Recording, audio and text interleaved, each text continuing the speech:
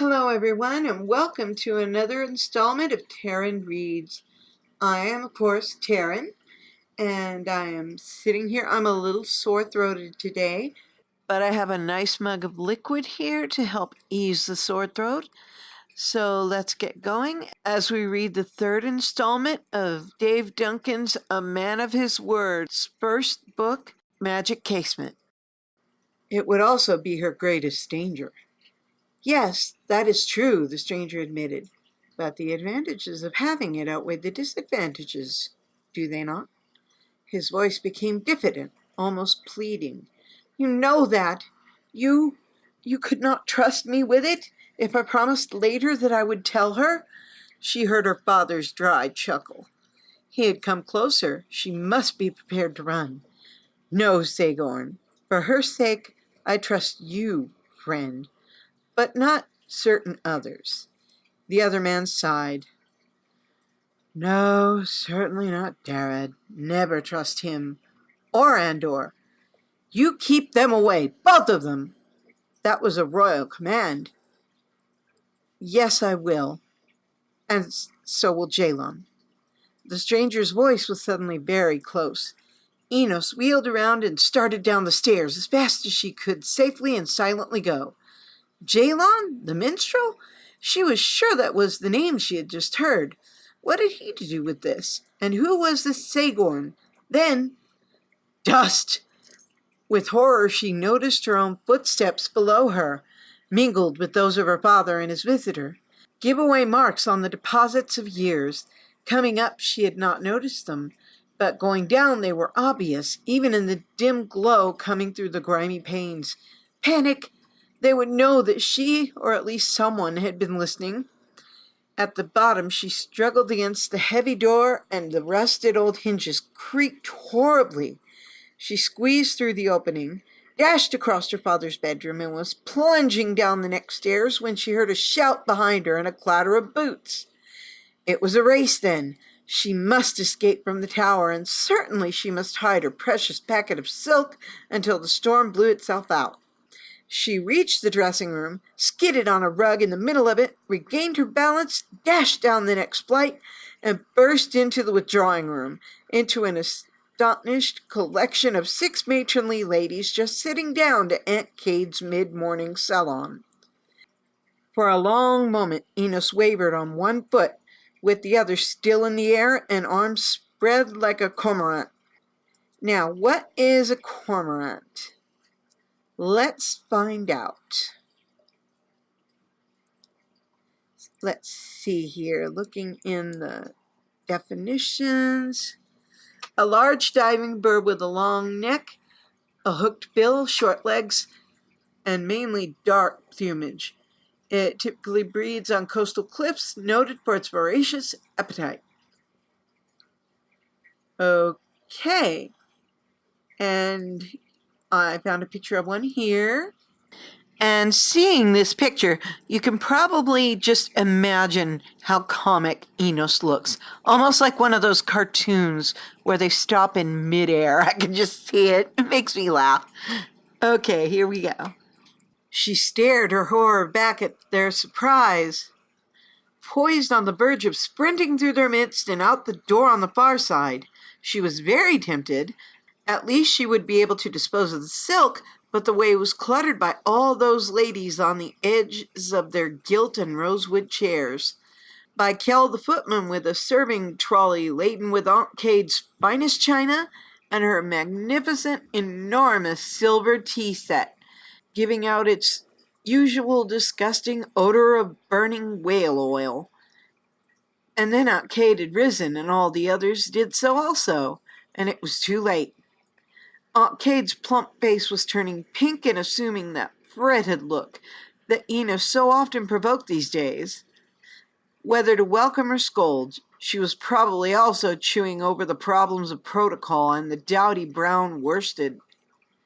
Then she made her decision. She beamed. Enosalem, my dear, how nice that you could join us. May I present these ladies? Mr. Stiolensod, Mr. Sofazi. Feeling as if her head had come off and floated out through a window, Enos forced a smile on a face not there. Tucking in the silk behind her in her left hand, she offered her right to each of the simpering matrons. To be invited to one of Princess Catalin's tea parties in the palace was a screaming social success, and to meet Princess Inosalon as well was probably a stupid honor. Especially, she realized, when the princess was wearing her dowdy brown worsted, regally emblazoned, at least on the right sleeve, with silver cobwebs. Oh, horrors, there were probably cobwebs on her hair and face also, while the society ladies were all dressed in their best gowns and bonnets, and loaded with every piece of jewelry they owned, or likely had been able to borrow. Boots on the stairs. With a wail, Enos jumped loose from the fourth introduction and started backing away from the door. Her aunt spluttered at such gaucherie. "Enos!" And then the door flew wide, and a man appeared in the doorway. An elderly man, tall and stooped. He folded his arms and straightened, and his gaze swept across the room. Enos had never seen him before, she was certain, yet he had known what she looked like. He had a gaunt face, with a hooked nose like an eagle's beak, and fierce blue eyes. Deep clefts ran down the sides of his mouth, emphasizing the nose and the strong chin. Wisps of white hair showed under the brown hood of his cloak. His gown bore traces of cobwebs. "Dr. Sagorn!" Aunt Kate exclaimed in delight. "How nice that you were able to join us.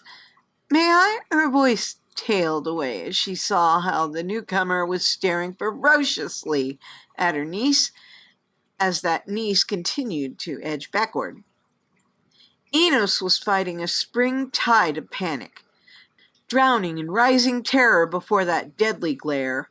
Her hips touched the trolley, and she could back away no farther. Where was her father? Why had he not come also? And how in the world did this sinister old man come down the stairs so quickly? He must have outrun her and her father both. Yet he was not even panting. She was. "Inosalon," Aunt Cade sounded vexed. "What are you holding behind your back, dear?" Her mouth opened and nothing came out. "Silk," said the terrified Sagorn. "Silk with yellow dragons on it." "A sorcerer!" Ina screamed in terror and turned to flee. The trolley crashed over, spilling cakes and wine in all directions.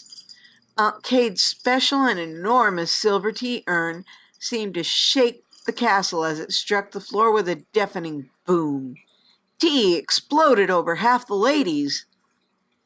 Staggering, Enos trod a creamy chocolate flan into the rug and almost fell.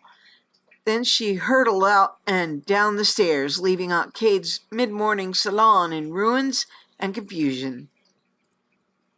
My goodness, almost cartoonish the way they describe her movements. I love it. It's just a silly scene when you think about it. 4. Whimpering in her panic, Enos fled down all the rest of the staircases, raced in turn across the antechamber, robing room, presence chamber, throne room, and burst into the great hall, and there alarmed a group of small children being fed an early lunch. Out on the terrace she ran, not at all sure where she was going. Startled pigeons and seagulls cawed their way skyward, while the yellow cat that had been stalking them flew over a wall. She rounded a corner and saw ahead of her the open doorway of the palace chapel. She dived through it, seeking refuge in religion. Surely she would be safe from a sorcerer in the house of the gods. She skidded to a halt in the cool, dark interior. Panting and deafened by the thunder of her heart, which seemed to be beating inside her head. The chapel was a small building, with room for only 20 or 30 people on its ancient pinewood pews. Its walls were immensely thick, and it was said to be even older than the rest of the castle. At one end stood the offering table, before the two sacred windows, one bright, the other black and opaque. And on the table stood the sacred balance, its pans of gold and lead symbolizing the battle between good and evil. The air was clammy and musty. She hurried forward to the table and was about to drop to her knees when a dry voice spoke behind her. "Well," it said, "do we have a sudden repentance?" Enos uttered a shrill squeak and jumped. Arms folded, Mother Unonini was sitting stiffly erect in the front pew.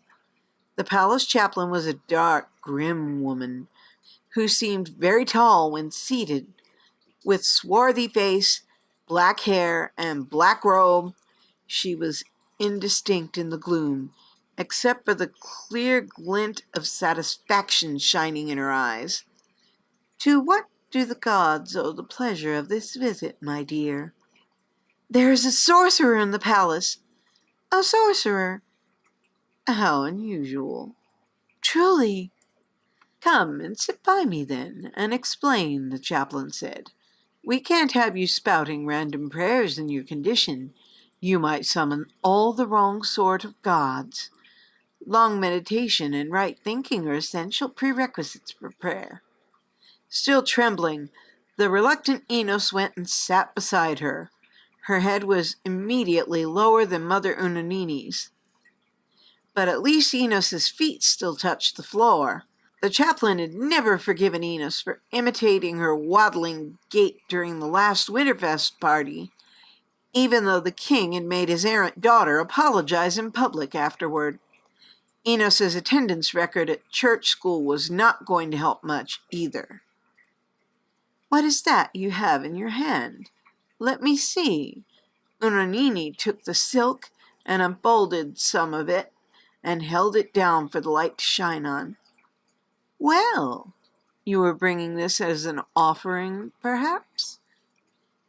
Now, I cannot stand this woman.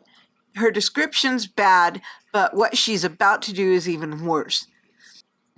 No. The table could certainly do with a new cloth. This is very nice. Where did you get it?" "It's my birthday gift from Father," Enos trailed off weakly. "Does he know that?" "Well, not yet." Enos twisted round to make sure the sorcerer was not standing in the doorway. She felt trapped now, and I don't blame her myself. Snared in this dark little room with the unfriendly Mother Unanini and a sorcerer possibly lurking outside. "Perhaps you had better begin at the beginning." Enos hung her head and began at the beginning, her breath returning and her heart slowing down, little as she cared for Mother Unanini, who bore a strong smell of fish that day. At least a chaplain ought to know what to do if that terrifying sorcerer Sagorn came after her. When she had finished, there was a pause. "I see." Mother Unanini sounded as if she had been impressed in spite of herself. "Well, let us hear your interpretation of these strange events." "What?" "Don't say what like that. It is not ladylike. You know what I mean. All things and acts contain both the good and the evil, child. We must try to be on the right side in their eternal conflict. It is our duty always to choose the good, or at least the better. Let us begin with the sorcerer, if that is what he is. Is he evil or is he good?" I don't know. If he is a friend of Father's, perhaps he murdered Father?" "I hardly think so. Don't jump to conclusions. His Majesty probably stayed behind to close the door again. He certainly would not want unauthorized prowlers up in Iniso's chamber." "You knew about that room?" "Certainly." "You've seen it?" "No," Unanini admitted, with a hint of annoyance. "But I could guess that it would be there. Iniso was a great sorcerer. A good one, of course, and so he would have had a place of presence at the top of his tower. There may be all sorts of arcane things still up there, things that do not concern prying young ladies. Enos decided that the old witch was probably right. She had not been choosing the good when she was snooping, nor when she listened to the conversation. So perhaps she had been on the wrong side of the eternal conflict. In that case, the sorcerer might be a good sorcerer, and his anger had been directed against the wickedness in her. It was very upsetting to think that she might be on the side of evil, and she suddenly wanted to weep, preferably on someone's shoulder, but certainly not on Madame Unanini's. "This silk now," Mother Unanini remarked. "Let us talk about that. Tell me what good and evil lie in this silk." Suppressing a snivel, Enos said, "I should not have taken it until I could pay for it." "That is correct, child. Go on. Or at least until Father had agreed to buy it for me." "Very good. So, what must you do now?" "Take it back." Enos wondered if this was how a breaking heart felt. "Oh, I think it is too late for that." Mother Unanini sighed a heavy waft of cod. She wriggled her dangling feet. "Mistress Malorn may have already made arrangements to spend that money you promised her." Hope flared in Enos like the brightness of the window. "I can keep it?" Then she saw the look in Mother Unanini's eye, and the brightness of the good turned to the darkness of the evil. "No." "We must not seek to profit from malefaction, Inosalan. Is this not correct?" This lady, I swear, is a female version of Judge Frollo from Disney's Hunchback of Notre Dame.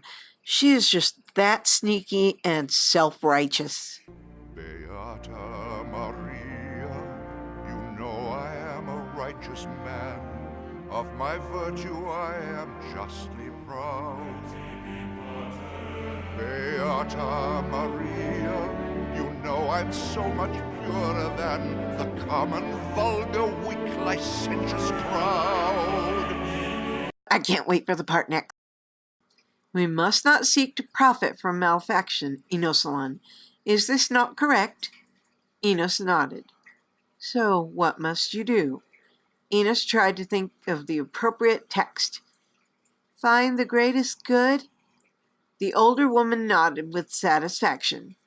"Now, as I said, the offering table could do with a new cover."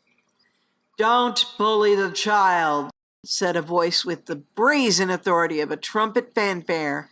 In front of the offering table stood a god, a figure so brilliant as to be unbearable to look upon, although it shed no light to the rest of the room. With simultaneous gasps, Enos and Mother Unanini fell to their knees and bowed their heads to the floor. Perhaps Sagorn was a sorcerer, Enos thought. Or perhaps not, but this was certainly a real god. All her terror came pouring back tenfold, and she wished she could melt into the ground. "Unanini," said that terrible voice. Somehow it sounded like thunder, and yet it was not loud and did not echo. "What do you know about this man Sagorn?" Mother Unanini made a sort of croaking noise, and then whispered, "His Majesty told me he was coming, that he is a great scholar." She paused.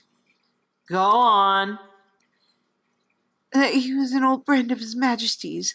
They traveled together in their youth." There was a tense silence.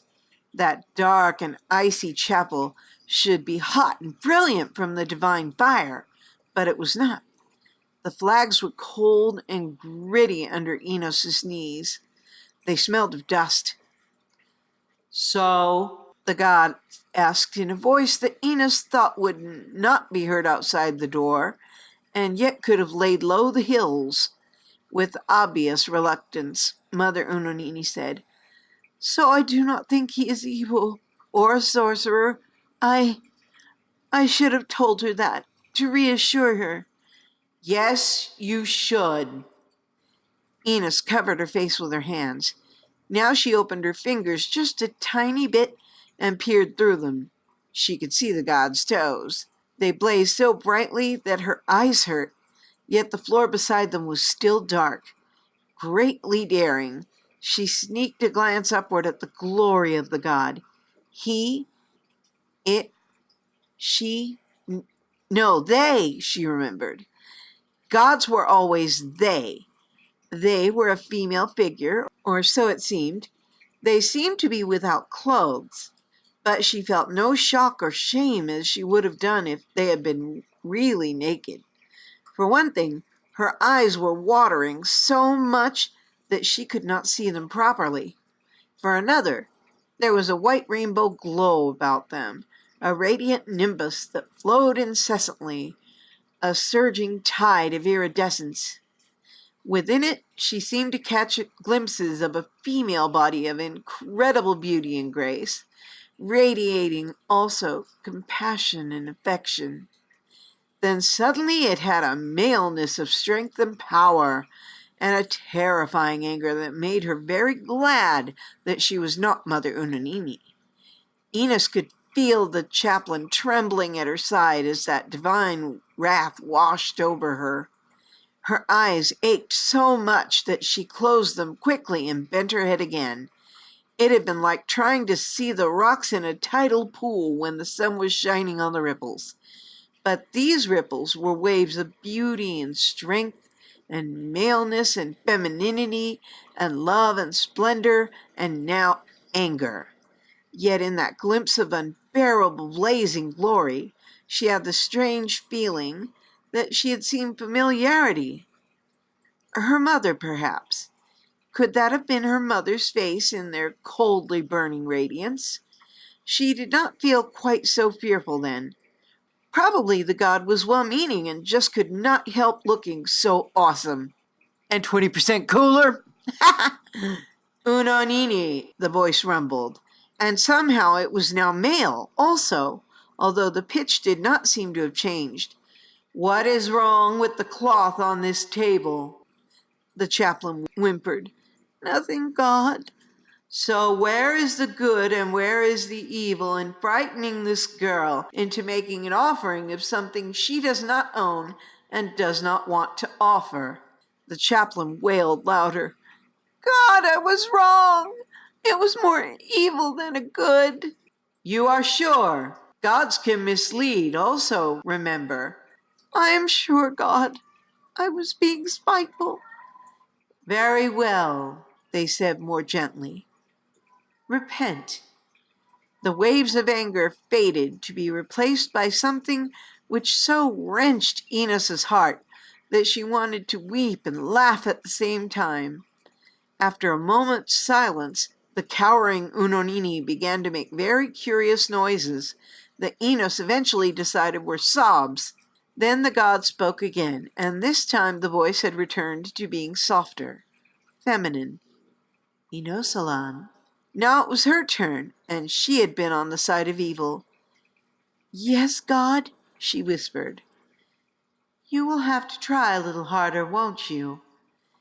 Enos heard a teeth chattering and realized they were hers. I shall return the silk, God. Looks like that was our time. There went my timer. I hope you enjoyed our presentation. Come back 3 times a week as we continue to read more. Give us a like and please subscribe. If you like what I do and you find it worth it, please support me on my Patreon page. Links below. Come and join us again. This has been Tarynn, and until next time, keep reading.